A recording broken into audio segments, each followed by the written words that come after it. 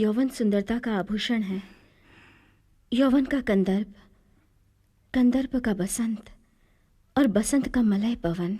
राजकन्या, अब मैं क्या कहूं? लज्जा के कारण मेरी वाणी वक्तव्य विषय कह नहीं पा रही है। यह कैसी विडंबना है। कहां कंद मूल फल खाने वाले जितेंद्रीय वनवासी तपस्वी और कहां भोग्य पदार्थ की अभिलाषा से नाना विधि काम चेष्टा।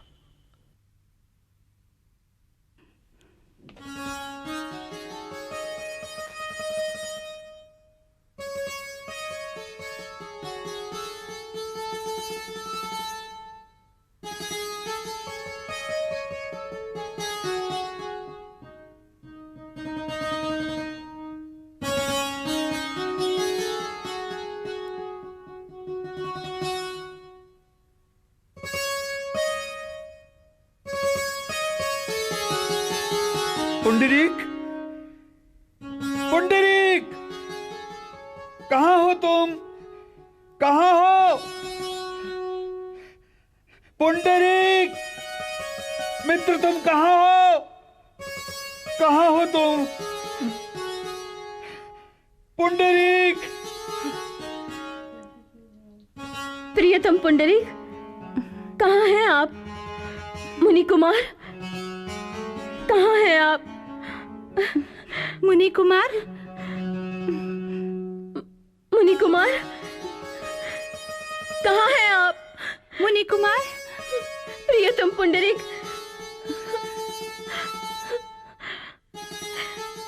कहां हैं आप? पुंडरीक, पुंडरीक कहां चला गया? यहीं तो था। पुंडरीक, कहां हो तुम? प्रियतम पुंडरीक, कहां हैं आप? कहां हैं आप? मुनि कुमार, मुनि कुमार, मुनि कुमार, कहां हैं आप? कहां है मुनि कुमार? मुनि कुमार, प्रियतम, प्रियतम, प्रियतम, कहां हैं आप? प्रियतम पुंडरीक, कहां हैं आप? मुनि कुमार, प्रियतम। ओह, अब मैं क्या करूं? इस विरह वेदना को मैं कैसे सहूं? अरे दुरात्मा कामदेव, क्यों तू मुझे जला रहा है अपने विषबाणों से? अरे निर्दयी चंद्र, तूने ये क्या किया? क्यों दी तूने मुझे विरह पीड़ा? क्यों? अरे पिशाच, मैं तुझे अभिशाप देता हूं कि मेरी तरह तू भी मनुष्य योनि में जन्म लेकर विरह ताप में तड़पे। हाँ चंद्र, तू भी विरह ताप में तड़पे, मेरी तरह विरह पीड़ा में तड़पे। अरे ओ मलय पवन, अब तो तेरी अभिलाषा पूर्ण हुई ना? जा, तुझे जहां जाना है जा। अरे ओ श्वेत के तू पुत्र वत्सल, तेरा सर्वस्व हरण हो गया, तेरा सर्वस्व हरण हो गया। ओ धर्म, अब तुझे कोई स्वीकार नहीं करेगा, अब तुझे कोई स्वीकार नहीं करेगा। हाँ सरस्वती, तू तो विधवा हो गई। हाँ सत्य, तू तो अनाथ हो गया। हाँ स्वर्ग, तू तो शून्य हो गया, तू तो शून्य हो गया, तू तो शून्य हो गया, तू तो शून्य हो गया।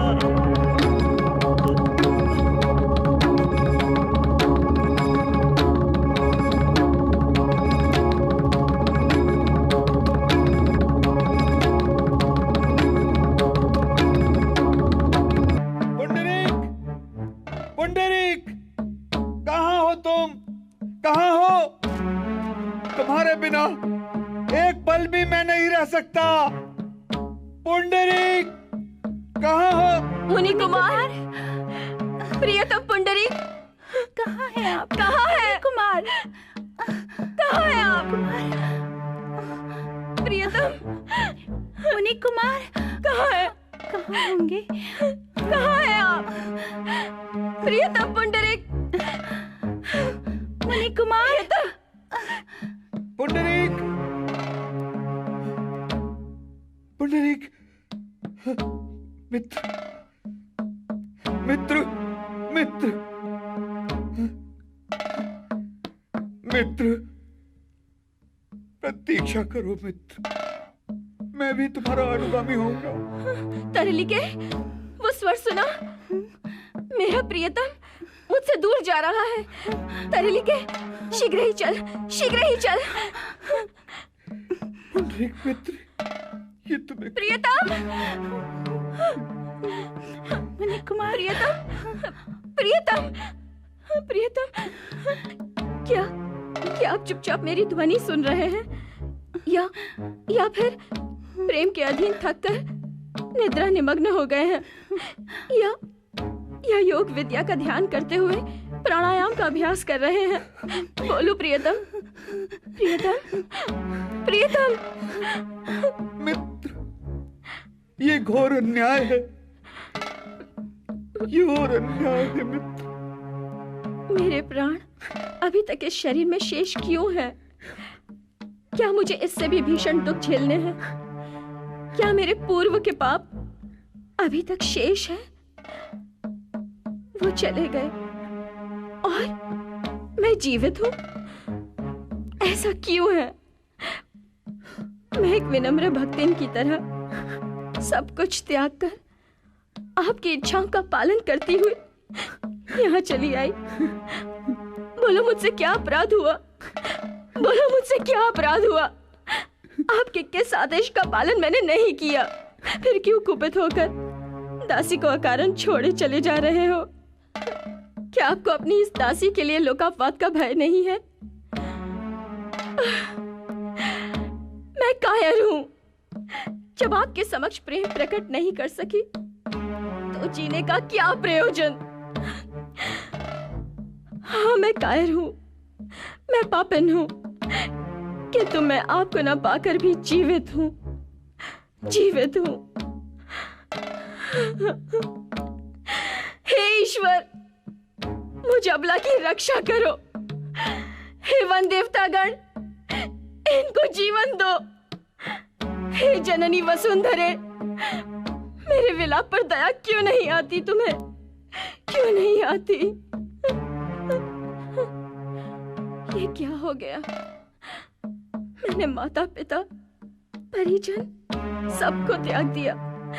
अब किसकी शरण में जाऊं मैं? बोलो बोलो, अब किसकी शरण में जाऊं मैं? किसकी शरण में जाऊं मैं? किसकी शरण में जाऊं? किसकी शरण में जाऊं? पुंडरीक, मैं तुम्हारे शोक में इतनी यातना भोग रही हूं और तुम निष्ठुर बने हुए हो। ऐसा कहकर मैंने उनका कई बार चुंबन लिया, कपिंजल को खींच खींच कर पूछा, तरलिके को आलिंगन करके याचना की। राजपुत्र, मैं स्वयं नहीं जानती कि मैंने ऐसा किया कैसे।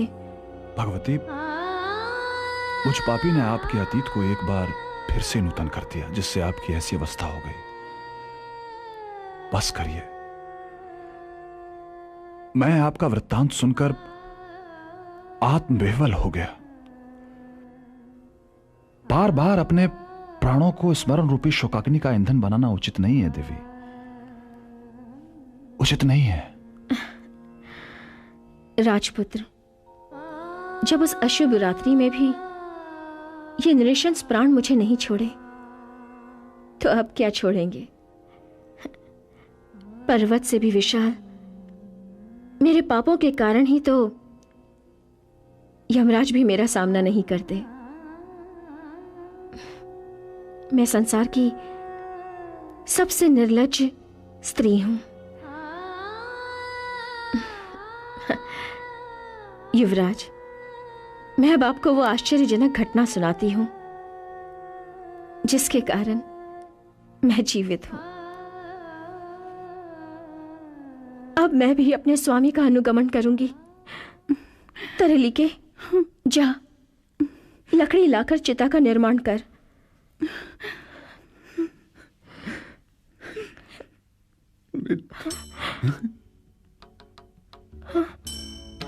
पुत्री महाश्वेते, तुम प्राण का परित्याग नहीं करना। पुंडरीक के साथ तुम्हारा सम्मिलन अवश्य होगा। हाँ बेटी, अवश्य होगा। हाँ, मित्र, कपिंजर, ये सब क्या हो रहा है? हाँ? ए दुष्ट, मेरे मित्र को कहां ले जा रहा है? मित्र,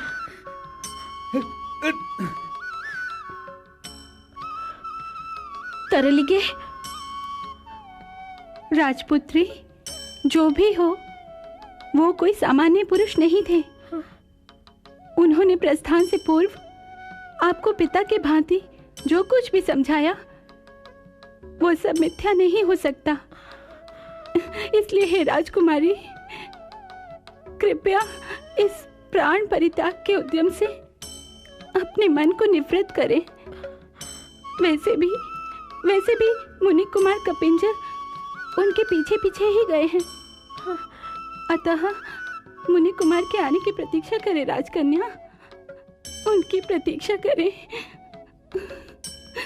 जीवन तो अमूल्य है, कौन मरना चाहता है राजपुत्र?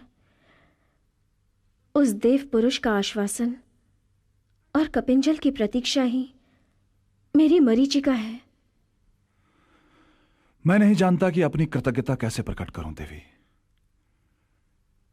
ऐसी अवस्था में जब दुख आता है तो जीवन समाप्त करना अति सरल होता है,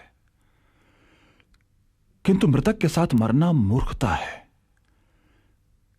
ज्ञान इसका परामर्श नहीं देता। जब जीवन ने हमें नहीं छोड़ा तो हम इसे क्यों छोड़ें? भाग्य प्रबल होता है देवी। पुंडरीक लौटकर अवश्य आएंगे। पवित्र प्रेम की शक्ति से कुछ भी हो सकता है। महात्मा शालिनी, आपके बनवास रूपी विपत्ति के समय की वो सहायक और दुखभोग की सहचारी, आपकी परिचारिका, वो तरलिका कहां गई? महाभाग, गंधर्वों के राजा चित्ररथ और उनकी महारानी मदिरा देवी की पुत्री कादम्बरी मेरी बचपन की सहेली है। हमारा बचपन साथ साथ बीता। कादम्बरी मेरी आत्मा है। उसे मेरी वर्तमान अवस्था का पता चला तो उसने निश्चय किया कि जब तक मुझे मेरे पुंडरीक नहीं मिल जाते वो विवाह नहीं करेगी। यदि उसकी इच्छा के विरुद्ध किसी ने उसे विवाह करने के लिए विवश किया तो वो आत्महत्या कर लेगी। ये सुनकर मैं चुप कैसे रहती। इसीलिए तरलिके को मैंने उसे समझाने के हेतु भेजा है। ओहो, समय बहुत बीत चुका है, कृपया आप विश्राम करें। हम कल बात करते हैं।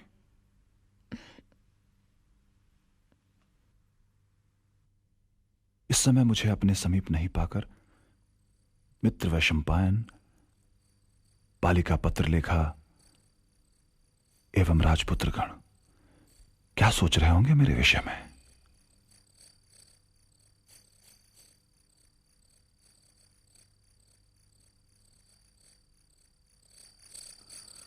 युवराज चंद्रापीड़ न जाने कहां चले गए। कहां ढूंढूं मैं उन्हें? क्या करूं मैं? आप चिंता छोड़िए वैशंपायन जी, हम उन्हें कल ढूंढ लेंगे। आज इस स्थान को छोड़ना उचित नहीं है, क्योंकि हमारा प्रस्थान युवराज को दिग्भ्रमित कर देगा।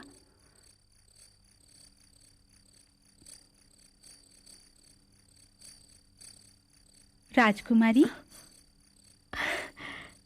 प्रणाम राजकुमारी। अरे तरलिके, तू आ गई। तूने मेरी प्रिय सखी कादम्बरी को सकुशल देखा? वो मेरे वचन के अनुसार कार्य करेगी ना? राजकुमारी, उन्होंने सम्मान पूर्वक मेरा स्वागत एवं आवभगत किया।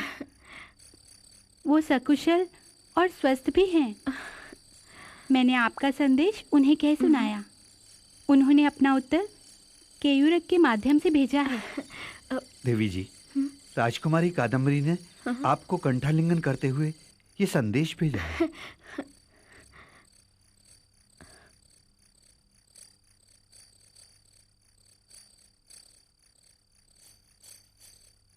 तुम्हारा संदेश तरलिका के माध्यम से मिला। मेरे प्रिय सखी, तुम तो मेरे चित्त से परिचित हो, तथापि ऐसा सुझाव भेजते हुए तुम्हें लज्जा नहीं आई? कितनी प्यारी थी तुम, ऐसी निर्दय कैसे हो गई? हृदय को दुख देने वाली ऐसी भाषा तुमने सीखी कहाँ से? तुम वहां वन में दुख झेल रही हो और मुझे प्रसन्न रहने को कहती हो। मेरे लिए मेरे विवाह से अधिक प्रिय तुमसे मित्रता है। मुझे संसार के आरोपों का कोई भय नहीं। मेरे पानी ग्रहण के विचार को पुनः अपने मन में मत लाना।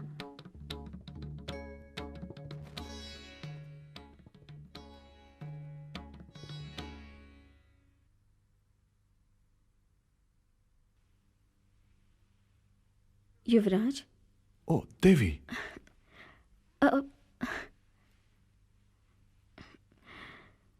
युवराज, हेमकुट पर्वत अत्यंत मनोहर है। गंधर्वों की राजधानी बहुत ही सुंदर है और कादम्बरी सरल हृदया एवं अत्यंत उदार प्रकृति की है। आप बिना कारण के ही बंधु बन गए हैं। यदि आपकी योजना में कोई अवरोध न आए तो मेरे अनुरोध की रक्षा हेतु केवल 1 दिवस के लिए मेरे साथ चलने की कृपा करें। देवी, मैं तैयार हूं।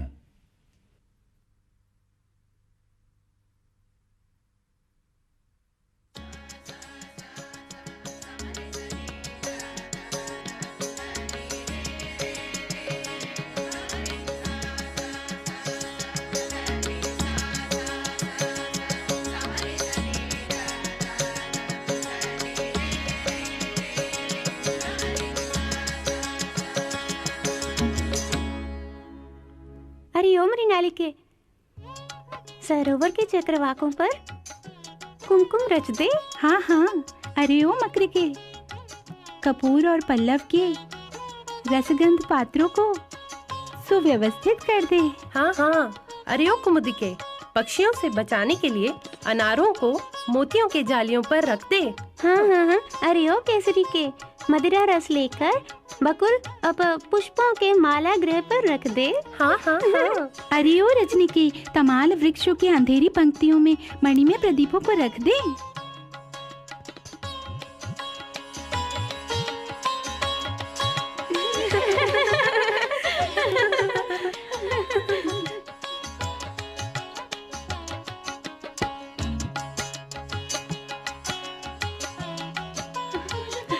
राजकुमार जी आ रहे होंगे, है ना?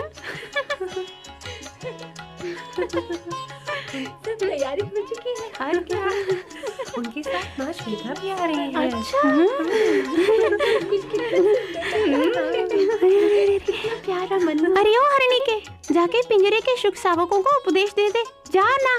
अरे ओ कदली के, जाके चकोर चकोरी को क्रीड़ा पर्वत के शिखर पर चढ़ा दे। अरे ओ मयूरी के, किन्नर दंपतियों को संगीत शाला गाने को भेज दे। जा ना। हे कमलनी के, तू जाके चक्रवाक के बच्चों को जल पिला दे। ओ चित्र लिखे, कोकिलों को आहार दे दे। अरे ओ नालिनी के, सुन तो, कलहंसों को कमल मधु का रस पिला दे। अरे ओ पल्लवी के, जाके चकोर के पिंजरे में चावल रख दे। जा ना तू।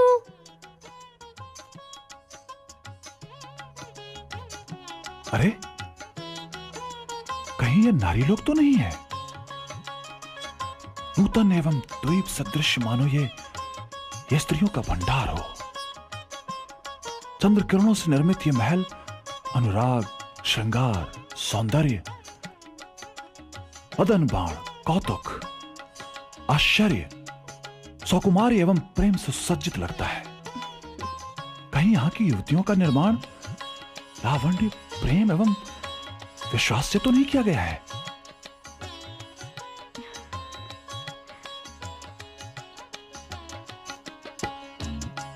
आश्चर्य! ऐसा लगता है जैसे कामदेव कादम्बरी के समस्त अंग में प्रवेश कर गया हो। मानो वो अपनी आकृति के प्रतिबिंब द्वारा नारायण एवं महादेव के अहंकार को नष्ट करने हेतु सहस्त्र लक्ष्मियों को उत्पन्न कर रही है। एक वास्तविक कौमार्य, सुंदरता की साक्षात मूर्ति।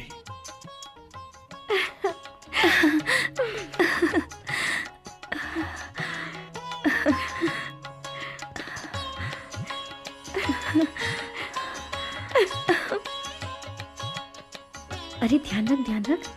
तेरी तीव्र श्वासें तेरे वक्षस्थल को हिला रही हैं और तेरे हाथ किसी के स्पर्श के लिए व्याकुल हो रहे हैं और आनंद आंसू बनकर बाहर निकल रहा है। सखी कादम्बरी, मैं तेरा परिचय इनसे कराती हूँ। ये हैं भारतवर्ष के राजा तारापीड़ के पुत्र चंद्रपीड़।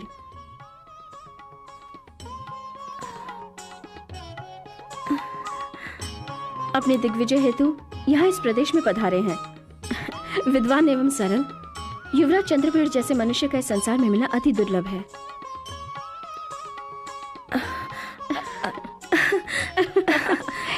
ये कदाचित मानव सभ्यता के विकास हेतु ही बने हैं। अब मैंने इनका परिचय भली भांति दे दिया है, इसलिए अपनी लज्जा एवं अविश्वास का परित्याग कर और इनसे मेरी तरह ही व्यवहार कर। अब ये तुम्हारे भी मित्र हुए।